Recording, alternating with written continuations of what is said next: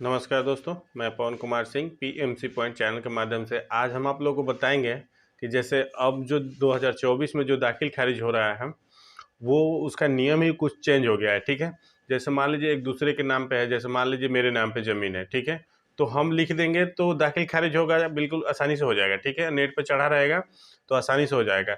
और अब मान लीजिए कि मेरे पिताजी के नाम से है तो उसमें भी दिक्कत हो रहा है। ठीक है, और मान लीजिए मेरे पिताजी के नाम से है या दादा परदादा जैसे थे, उनका ज़मीन था तो बेटा बेच देते थे या उनके मतलब जो भी रिलेशन के थे वो भी बेच देते थे, तो कोई दिक्कत नहीं, अगला पार्टी का दाखिल खारिज हो जाता था, रसीद वगैरह लगा के माने दाखिल खारिज हो जाता था। लेकिन अब क्या किया गया है कि जिनके नाम से है अगर वो बेच रहे हैं और उनका नेट पे चढ़ा हुआ है तो ठीक है, नहीं तो वैसे दाखिल खारिज नहीं हो रहा है। ठीक है, तो इसी के रिगार्डिंग अगर मान लीजिए आपने ज़मीन लिया और मान लीजिए उसने किसी और को भी बेच दिया है, फिर से आपका भी बेच दिया, तो वो दाखिल खारिज होगा नहीं।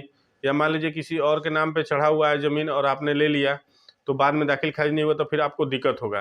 तो पहले आपको सारा कुछ जानकारी आप लोगों को कर लेना है कि जो ज़मीन है वो उनके नाम पे प्रॉपर है या नहीं है, या उनके मतलब जो दादा परदादा हैं उनके नाम पे चढ़ा हुआ है या किसी और के नाम से चढ़ा हुआ है, उनका कितना ज़मीन है, क्या है, सारा कुछ आप चेक कर लेंगे पहले, उसके बाद ही आपको ज़मीन लेना है। ठीक है, तो लेने से पहले आप लोगों को देखना है कि मान लीजिए कि उस मौजा में किन किन ने दाखिल खारिज के लिए आवेदन दिया है। जैसे मान लीजिए कौन कौन दाखिल खारिज के लिए आवेदन दिया है, मान लीजिए हो सकता है कि वो पहले से ही किसी और को बेच दिया हो, उसमें ज़मीन ही ना हो, तो आप लोगों को जानकारी होना ज़रूरी है। तो इसलिए हमने सोचा कि आप लोग को एक वीडियो बना दें ताकि आप लोग पता चल जाए कि हाँ, उस मौजा में कितने ज़मीन बिके हुए हैं। आप मौजा के हिसाब से आप देख लेंगे। जैसे मान लीजिए किसी के नाम से या खाता नंबर, प्लॉट नंबर तो नहीं पता होगा आप लोगों को, तो कैसे चेक करिएगा? तो इसलिए हम बताएँ कि आप उस मौजा में कितने दाखिल खारिज के लिए आवेदन दिए गए हैं, वो सारा कुछ आप एक एक बार एक ही क्लिक में देख सकते हैं। मतलब कितने लोगों ने आवेदन दिया हुआ है आपके मौजा में, 2, 4, 10, 20 जितना भी आवेदन होगा, वो सारा कुछ आपको दिखाई देगा। तो चलिए हम चलते हैं कंप्यूटर स्क्रीन पे और आप लोगों को बताते हैं कि वो कैसे आपको चेक करना है, सारा कुछ जानकारी देंगे और किसके पास वो कागज़ फँसा हुआ है, वो सारा कुछ जानकारी बताएँगे। ठीक है? अगर ये वीडियो आप लोगों को अच्छा लगेगा तो इस वीडियो को लाइक कर लीजिएगा और चैनल पे नए हैं तो चैनल को सब्सक्राइब कर लीजिएगा ताकि इस तरह का वीडियो आप लोगों को हमेशा मिलता रहे। चलिए मिलते हैं फिर से अगले वीडियो में, तब तक के लिए बाय।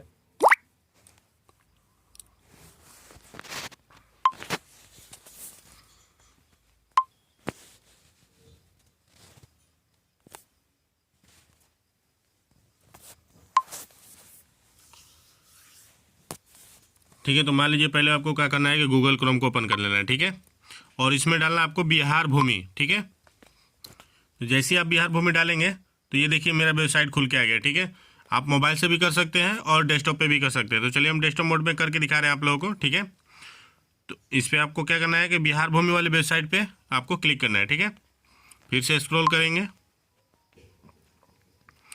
और दाखिल खारिज आवेदन का स्थिति देखें, इस पर आपको क्लिक करना है। ठीक है, चलिए हम इस पर क्लिक कर लेते हैं। फिर उसके बाद देखिए आपको क्या करना है कि जिला सेलेक्ट करना है, अंचल सेलेक्ट करना है और वर्ष सेलेक्ट करना है। तो चलिए हम सेलेक्ट कर लेते हैं। तो आपको क्या करना है कि अब देखिए ये डेस्कटॉप मोड में अगर रहेगा तो ये ऑप्शन नहीं खुलेगा। ठीक है, आपको मोबाइल वाले में करना है। ठीक है, तो चलिए हम फटाफट सेलेक्ट कर लेते हैं।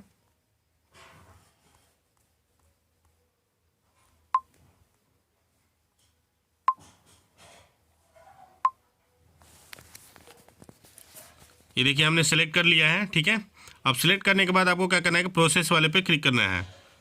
तो जैसे ही आप क्लिक करना है उसके बाद में देखिए अगर मान लीजिए आपने दाखिल खारिज के लिए आवेदन दिया है, आपको चेक करना है तो केस नंबर पे क्लिक करेंगे, जो याचिका नंबर होता है 4 अंक का, उसको डाल लेना है और सर्च वाले पे क्लिक करना है आपको। ठीक है, अब मान लीजिए हमें पूरे गाँव का देखना है ना। ठीक है, तो हमें पूरे गाँव का देखने के लिए आपको क्या करना है, इस पर मौजा सेलेक्ट करना है। ठीक है, ठीक है, मौजा सेलेक्ट कर लेते हैं। ठीक है, और उसके बाद इस पर वो सारा आपको दिखाई देगा यहाँ पे। ठीक है, तो आपको क्या करना है, कोई सा एक को सेलेक्ट कर लेना है। ठीक है, जैसे हमने सेलेक्ट कर लिया और उसके बाद आपको क्या करना है कि जो कैप्चर कोड दिया गया है वो कैप्चर कोड डालेंगे।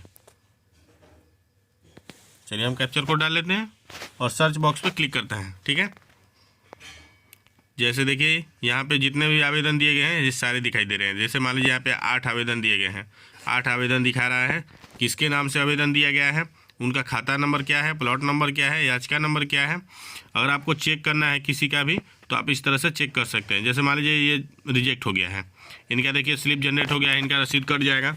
और मान लीजिए जिनका रिजेक्ट हुआ है उनका भी आप देख सकते हैं यहाँ पे ओपन करके कि किस चीज़ में उनका रिजेक्ट हुआ है। जैसे मान लीजिए आपने दाखिल खारिज के लिए आवेदन दिया और किसी ने आवेदन देकर उसको रिजेक्ट करा दिया, तो वो किस चीज़ के लिए आवेदन में रिजेक्ट कराया है उसको आप यहाँ से देख सकते हैं। ठीक है, देखिए दिखाते हैं आपको खोल के। ठीक है, और यहाँ पे देखिए आपको दिया हुआ है नोटिफिकेशन रिजेक्शन नोटिफिकेशन। ठीक है, इस पर आप क्लिक करेंगे तो आपको रिजेक्ट में जो दिखाई दिया वो सारा कुछ आपको बताया गया है यहाँ पे कि किसके लिए आपका रिजेक्ट कर दिया गया है। ठीक है, तो चलिए वीडियो आप लोग को अच्छा लगा तो इस वीडियो को लाइक कर लीजिए, चैनल पर नए तो चैनल को सब्सक्राइब कर लीजिए। ठीक है।